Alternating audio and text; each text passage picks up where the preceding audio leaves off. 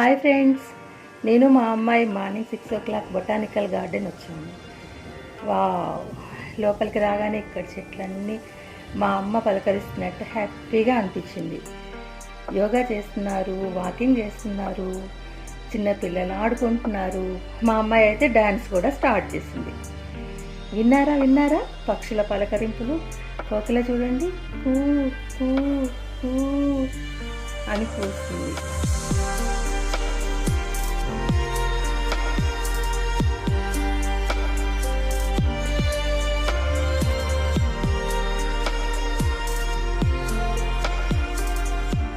సడన్గా మనసులో చిన్న బాధ, ఇంత నీడనిచ్చి ఆక్సిజన్ ఇచ్చే వాటిని ఎలా మిషన్స్తో గొడ్డలతో కట్ చేస్తారు ఏంటో నాకైతే అర్థం కాదు.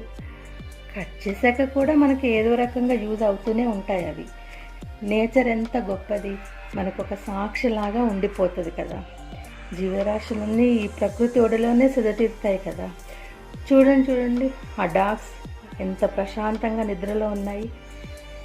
ఈ నేచర్ను కాపాడుకోవడం మన బాధ్యత. Nature is God gift.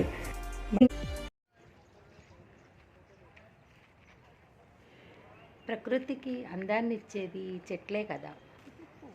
ప్రతి ఒక్కరూ మన బర్త్డే రోజు ఒక్క మొక్క నాటినా కూడా కొన్ని వేల చెట్లు, స్వచ్ఛమైన గాలి మనకు ఆరోగ్యాన్ని ఇస్తాయి.